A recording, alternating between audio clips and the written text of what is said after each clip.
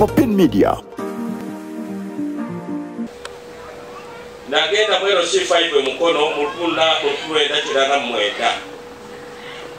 Lukumuna kyenda mwenda nali kansala atikira kitimbwa okugenda emukono. Awo president yali yakamala okujja mu byokulembeze mu kinana mukaaga. N'ekirana mwenda nali mu kanso yero C5 emukono nga nkiikira ekitundu kino. Mmanyi nti abantu benasooka nabo omugenzi Kasolo, nzijukira n'omukyala Nabbanja yaliko meeya wano, mukyala Magezi ne mukyala abajja luvannyuma, mukyala Magezi, mukyala owavanira abatusangayo ne Musangalata yansangayo ne Dagada yansangayo. Nagenda mu kansero C5 nga nne emyaka 27 emukono. Newe twabereranga emukono nga eno bayitayo kalamoja ya mukono. Kino kyembagulira baatuwanga ebiro 2 nga tusobola kutuuka, batuwa night allowance ya nnaku 2 okuva ewaffe ogenda okukiika emukono. Era emukono eyo abantu bavanga eno balowooza oba bakola ki, ate nze ni wa mukisa kubanga n'okusoma n'okukula nakulira eno. Bwe nagenda mu siniya mu P7 nagikolera kitakya wali mu ttaka lya Nfuufu. Abantu bangi abakuze olwaleero tebamanyi Kayunga weevudde. In fact balaba amasannyalaze balowooza gaaliwo dda. Bwe balaba amasomero, nze nanoonya essomero ly'okusomeramu ng'amaze ekitakya wano. Ng'essomero ya secondary tulina wano St. Kalemba wali e Nazigo nendeeba. Naye nga tebasobola tutwalayo, nze nengenda eyobukonte senior secondary gy'asomera naye nga nva kitatya. Ekitatya gana amasomero gemulaba Kanjuki, Nkute ku byenjigiriza tegaaliwo. Kitatya SS twagizimba nze member parliament nga weetuli. Baale senior secondary omugenzi Paulo Wamera agitandika n'etaggwa nayo teyaliiwo. Okugifuula ya gavumenti netugifuula bwe kityo. Galiraaya tewaaliwo secondary school yonna eyo, seed school yasooka wano mu Kayunga. Mbabuulira ebyenjigiriza Kayunga weevudde. Kaakati mbabuulira sayidi eri eno yalinayoko amasomero. Ffe abaayagalanga okusoma nga kizibu nnyo okulaba. Nze naliko chairman wa education Greater Mukono era nenfuna omukisa okusaka. Nali chairman wa Greater Mukono nga waliwo TDMS kitakyala kyeyo gyenafuula TDMS center kuba we nasomera lyali ttaka. Naye abaana olwaleero babiraba balowooza nti byaliwo automatic. Muno temwalimu primary school za gavumenti. Emiruka okufuna gavumenti primary schools ekitatya primary ene ya CU ye yaliwo ku mulembe gwa Bwakabaka. Gali amasomero amalala primary schools naddala side eyegaliraaya bagazimbye ku mulembe gwa Museveni. Awo tukubira Museveni mu ngalo. Muyinza obutakikkiriza naye okuvireyo n'amayuge ababenabe gwe bajja kugamba.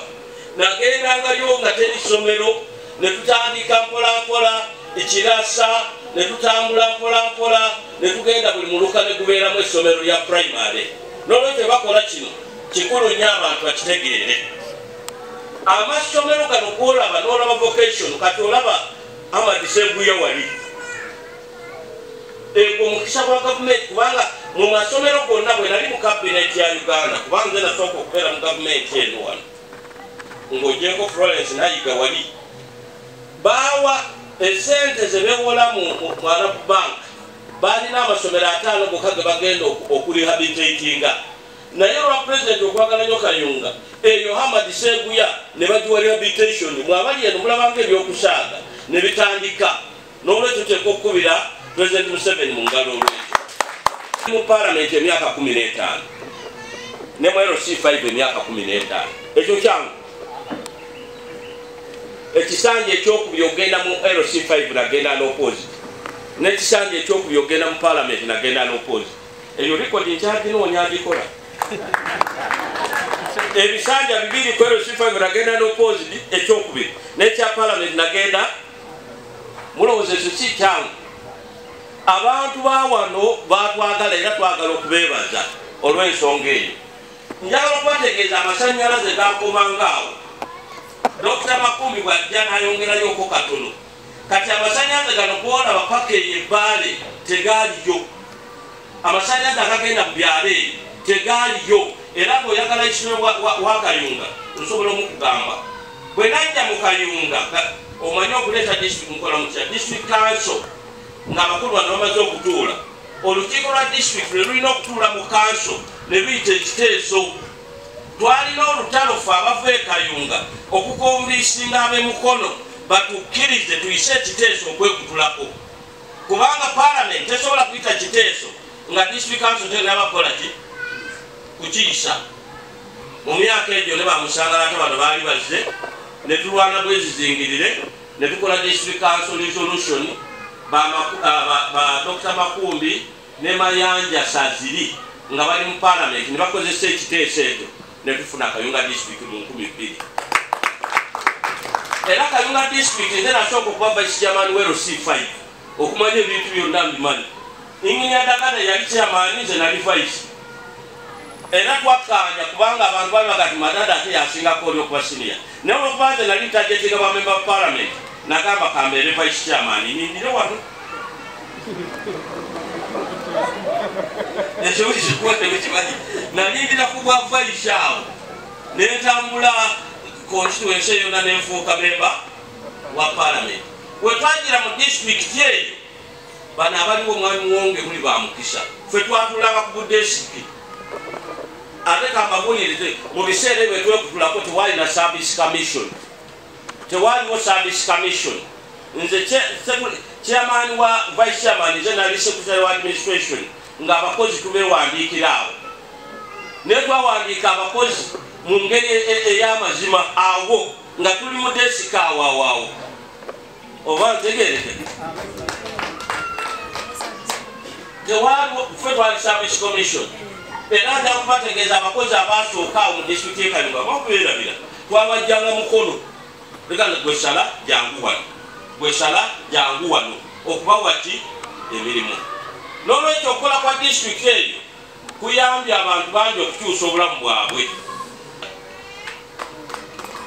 tolabanga Kayunga eri ku mwaku nnyo mulabanga ebyokusaaga naye kati tugenda tweyongera baga nti Kayunga eno etambula tuyunga mu madiini mu bintu ebyenjawulo ne mu bintu ebigenda awala njagala okubasaba mu abateekateeka mutunuulire abantu bawandiike history y'e Kayunga ffe tukyaliwo mu politics eno nze nkubuulidde nti bwebaayo omuntu eyansooka mu kanso wano emukono aveeyo wano mubali Kayunga eyansookayo mu politics aveeyo agandi Madada nakusookayo n'olwekyo n'history yenna mukola ki mumanyi ate nebaza bwe nava mu Kayunga President Museveni nanfuula minisita emyaka 10 egyo mitono myaka 14 stop myaka 14 stop era kati nagambye abantu bano nti sigenda kuddayo kwongera kutawaanya abantu b'e Kayunga ngenda kuvuganya mu Central Region ku kifo ky'abakadde njaga kwongerako bifo era munsapootinge bwekyo sigenda kuvuganya wano njagala Central Region ya Uganda yonna ebifo byongere okukola ki okutuuka wano bwe bampa omukisa ogwo waliwo ebintu byenakola eggwanga byebikola ki byerimanyi naye nga ndi mwana waawa w'e Kayunga njagala okusaba abantu b'e Kayunga okukolera awamu geemaanyi obuteetemaatema tekisobola okutwala ewala okutegeera abantu abamu bebatusinzaako tukkirize waliwo omulala kyakusinza gwe kyotoyagala kukkiriza nti akola ki akusinga so kuffe wali asinga munne ebirala kati politics ajja mu 2026 ne mugenda kutandika okufuna obukuukuulu obutaliimu mugaso balina videos mu politics y'e Kayunga baleme kubatawaanya bwe mba muwagira muleme kwevuma kutuuka kwetematema mu kutuuka eri mumanyize lwaki nina emirembe saayagalako politics wantalo era ne bwentambula naye okubeera mu politics ow'entalo n'ekisiikirizo okitya olowooza bakuwamba bw'obeera ng'oli politics w'entalo oyinza okwesanga nga buli kimu okola ki nze netambulira free sirina buzibu mbeera awo sirina na mutawaana gwonna kati mu ggwanga lino nze chairman wa Education Review Commission eri nolwekyo njagala okubagamba nti tubeere mu kayunga waffe tuyambe abavubuka bano nze bantuukirira